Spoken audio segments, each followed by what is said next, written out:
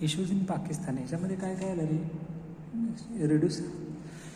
आपला reduce debits हा point चालू आहे.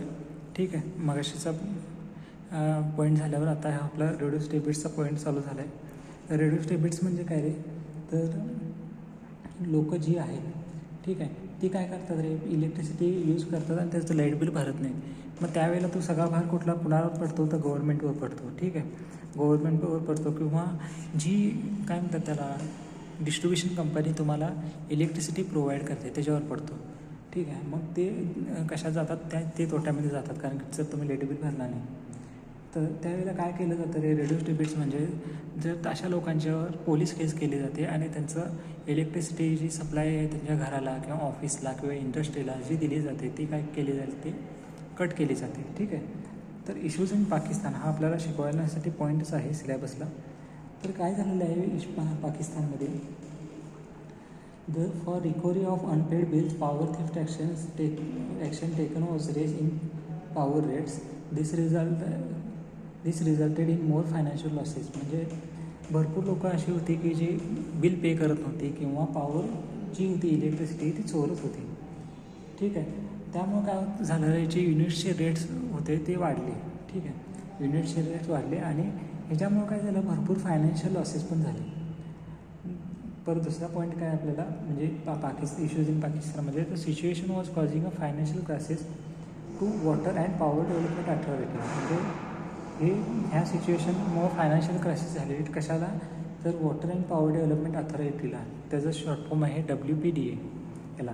ठीक आहे, त्यासाठी काय केलं आहे त्यांनी, a troop of 3500 was employed to handle this crisis. म्हणजे हे क्रायसिस एवढी लोकांनी भरले नव्हते की 3500 लोकांना त्यांनी अपॉइंट केलं. म्हणजे त्यांना त्यांनी अपॉइंट केलं आणि सांगितलं की ह्यांच्याकडनं म्हणजे कशासाठी ते अपॉइंट केलं रे, तर इलेक्ट्रिसिटी लोकांनी भरली नव्हती आणि ते भरावेत म्हणून त्यांनी काय 3500 लोकांना नोकऱ्या दिल्या आणि सांगितलं त्यांना की बाबा ह्यांच्याकडून म्हणजे बिल वसूल करा हे ते ह्याच्यासाठी. म्हणजे त्यांना टोटल 3500 लोकांना एम्प्लॉय करायला लागले ह्या कामासाठी. ठीक आहे, हे काम माणसाने स्वतः लाईट बिल भरलं असतं तर एवढ्या लोकांना अपॉइंट करायची गरज पडली नसती.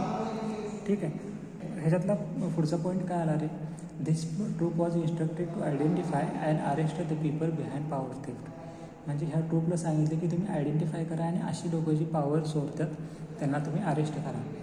आणि त्यासाठी काय केलं त्यांनी 36 military courts were engaged for power theft cases. म्हणजे 36 मिलिटरी कोर्ट्स पण ह्याच्यासाठी एंगेज केले, म्हणजे दिलेले की कशासाठी, तर पॉवर थेफ्टच्या केसेससाठी फक्त. ठीक आहे, आता आपल्याला काय करायचं, दुसरा पॉईंट कुठला आहे रे, तर एनर्जी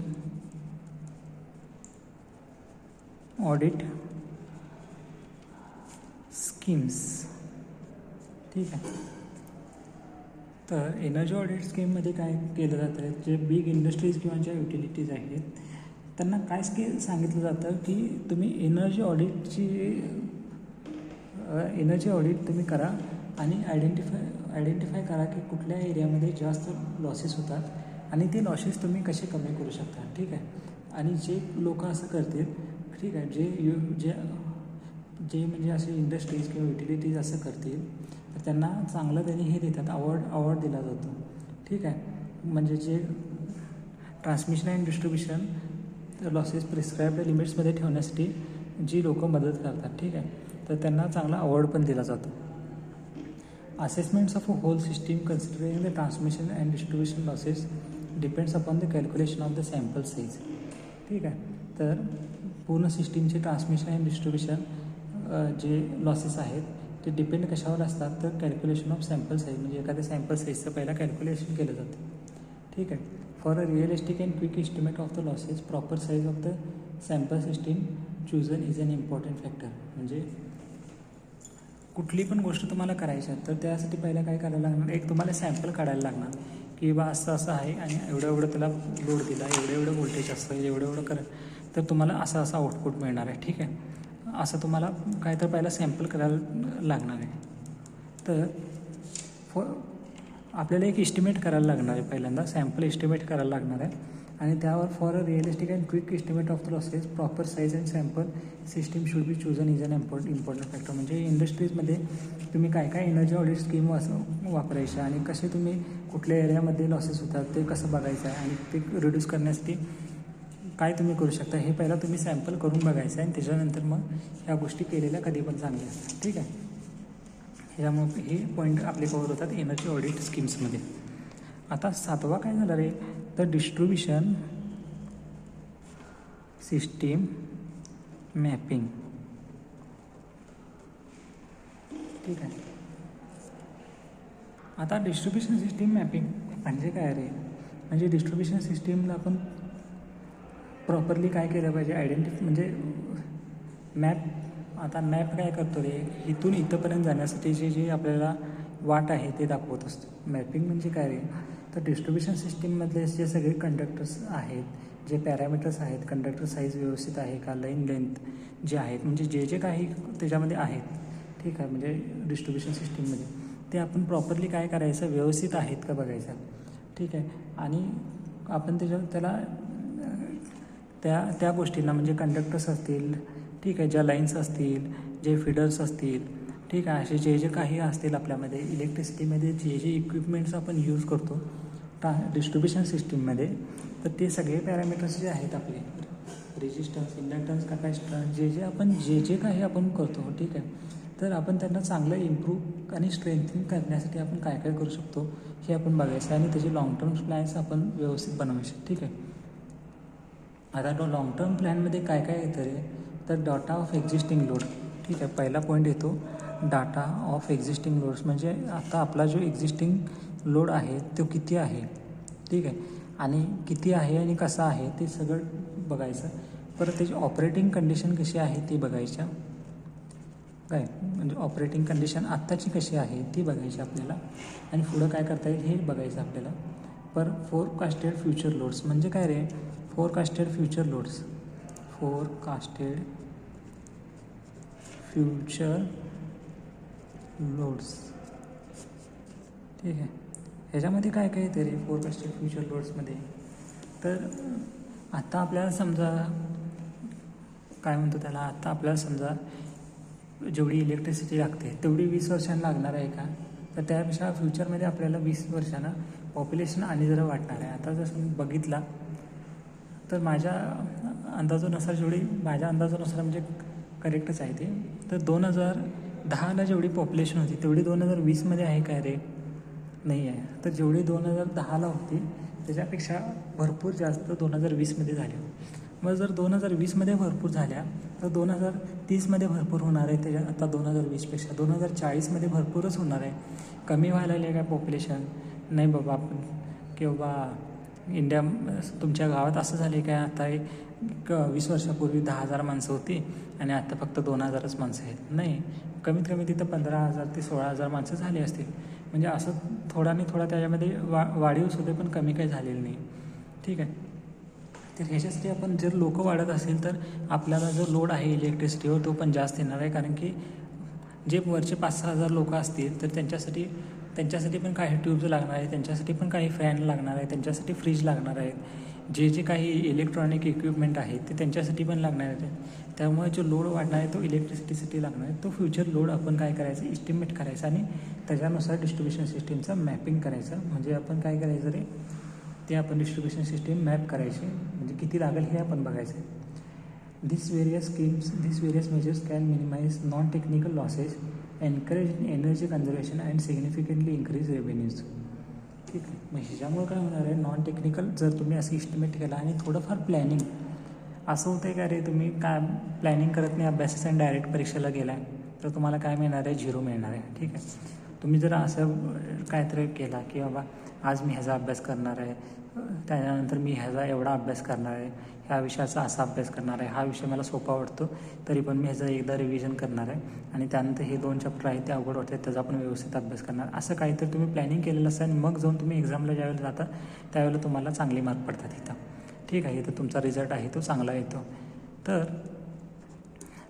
असं असतं सगळ्याकडे गोष्टींचं. त्यामुळे डिस्ट्रीब्युशन सिस्टीममध्ये पण आपण व्यवस्थित मॅपिंग केलं पाहिजे. ठीक आहे. तर आता अशा प्रकारे आपले जे 7 टाईप्स होते ते 7 टाईप्स आपले कवर झालेले आहेत.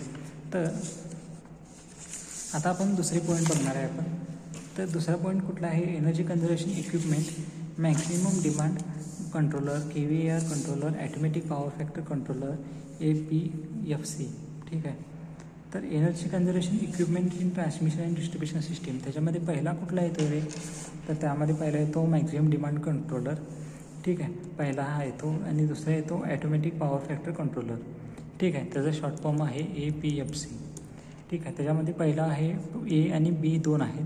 मी डायरेक्ट तुम्हाला सांगत आहे, लिहून देत नाही आहे इथं, तुम्हाला पाहिजे असलं तुम्ही लिहू शकता. तर व्होल्टेज कंट्रोलर, ठीक आहे, तरी पण शॉर्ट फॉर्ममध्ये लिहितोच. आणि दुसरा आहे KVAR कंट्रोलर. ठीक आहे, हे 2 येतात. आता मॅक्सिमम डिमांड कंट्रोलरमध्ये काय काय आहे तरी, तर मॅक्झिमम डिमांडमध्ये नावाप्रमाणे आपल्याला कळतं की मॅक्झिमम डिमांडमध्ये आपल्याला काय येणार आहे, तर नॉन डोमेस्टिक आणि हाय टेन्शन पॉवर जे आहे. ठीक आहे, तर अशा ठिकाणी त्यांना काय केला जातो, जास्त पे केला जातो, कारण की त्यांनी इलेक्ट्रिसिटी भरपूर यूज करत असतात. ठीक आहे, आणि ते जास्त करून कशासाठी यूज करतात, तर मोठे मोठे म्हणजे हे घरात जे होतं ते आपला 230 व्होल्टचा सप्लाय असतो. मॅक्सिमम डिमांडमध्ये काय येतं, तरी नॉन डोमेस्टिक व हाय टेन्शन जे power user pay for consumption, म्हणजे काय करतात, जे नॉन डोमेस्टिक आणि हाय टेन्शन पॉवरचे जे आहे ते हाय पे करतात या गोष्टींसाठी. Usual charge per unit for the numbers of units consumed. ठीक आहे, in addition maximum demand charge हे होतं. तर ह्यामध्ये काय काय होतं रे, म्हणजे एक युज्युअल चार्ज दिला जातो for number of units consumed, आणि in addition maximum demand charge, आणि प्लस काय असतो, तर मॅक्झिमम डिमांड आहे त्याचा एक चार्ज असतो. ठीक आहे, the basis for this maximum demand charge is the peak amount of power demand over a certain duration of time, म्हणजे सर्टन ड्युरेशन ऑफ टाईमसाठी यूज केला जातो. तर त्याच्यासाठी एक वेगळा चार्ज लावला जातो. ठीक आहे, म्हणजे समजा तुम्ही 1 ते 6 वापरताय तर तुम्हाला एक एवढा 5 रुपये पर युनिट, परत 7 ते 10 वापरताय तुम्हाला तर 7 रुपये पर युनिट, असं काही तर एक ते जे काय असतात ते चार्जेस. तुम्ही जर तुमच्याकडे तुम्ही जर मीटरचं हे बघितलं, काय म्हणजे त्याला आपलं लाईट बिल जर बघितला तर त्याच्यामध्ये लिहिलेलं असतं. ठीक आहे, जर इंडस्ट्रियल जर तुम्ही आणला काय म्हणतात, तर आपण लाईट बिल आणलं तर त्याच्यावर लिहिलेलं असतं MSEBच्या लोकांनी की ह्या वेळेत टू ह्या वेळेत वापरला तर एवढा चार्ज असं लिहिलेलं असतं. ठीक आहे, आणि जे इलेक्ट्रिकल मशीन्स आहेत तर हे असे काय करतात रे, तर ते large amount of power use करतात. ठीक आहे, आणि त्यामुळं काय होतं रे, कन्झम्पशन ऑफ एनर्जी होती. जे इलेक्ट्रिकल मशीन्स जे आहेत ते जेव्हा स्टार्ट होत असतात त्यावेळेला लार्ज अमाऊंट ऑफ एनर्जी ते यूज करतात. ठीक आहे, such heavy currents at start of motive loads leads to increase demand at that time, म्हणजे त्यामुळे काय होतं, ज्यावेळी ती हेवी करंट घेते त्यावेळी काय होतं, इलेक्ट्रिसिटी जास्त ओढली जाते. ठीक आहे, इलेक्ट्रिसिटी काय होणार, जास्त जर तुम्ही ओढला तर जास्त इलेक्ट्रिसिटी ओढली जाते. त्यामुळे काय होणार आहे, such heavy currents at start to motivate loads leads to increase demand at that time, म्हणजे डिमांड काय होणार आहे, इन्क्रीज होणार. आणि in an industrial plant maximum demand may shoot up if such loads start simultaneously or start in few minutes of each other. त्यामुळे काय केलं जातं आहे, इंडस्ट्रियल प्लांट जे आहे त्याच्यामध्ये काय होणार आहे, काही लोड्स अशा असतात की म्हणजे काही काय म्हणतो आपण त्याला, काही लोड्स असे असतात जे आता इलेक्ट्रिकल मशीनसाठी म्हणला तर ते काय होणार, स्टार्टिंगला जास्त काय घेणार, करंट घेणार. तर एक अशा असतात की स्टार्ट सायमल्टेनियसली होतात, किंवा एक अशा असतात की ते स्टार्टिंग थोड्या वेळानंतर होणार, म्हणजे काय होणार, स्टार्टिंग आफ्टर फ्यू मिनिट्स. ठीक आहे, तर असं असे आपले पॉईंट्स कवर होतात कशामध्ये रे, तर मॅक्झिमम डिमांड कंट्रोलमध्ये हे पॉईंट आता मी तुम्हाला सांगितले, हे सगळे सगळे पॉईंट्स मॅक्झिमम डिमांड कंट्रोलमध्ये कवर होतात. ठीक आहे स्टुडंट्स, तर अशा प्रकारे आता आजचं लेक्चर आपण इथे थांबवत आहे. Thank you everyone. अभ्यास करत राहा आणि लेक्चर बघत राहा. ठीक आहे, मित्रांना पण सांगा लेक्चर्स कंटिन्युअसली बघा म्हणून.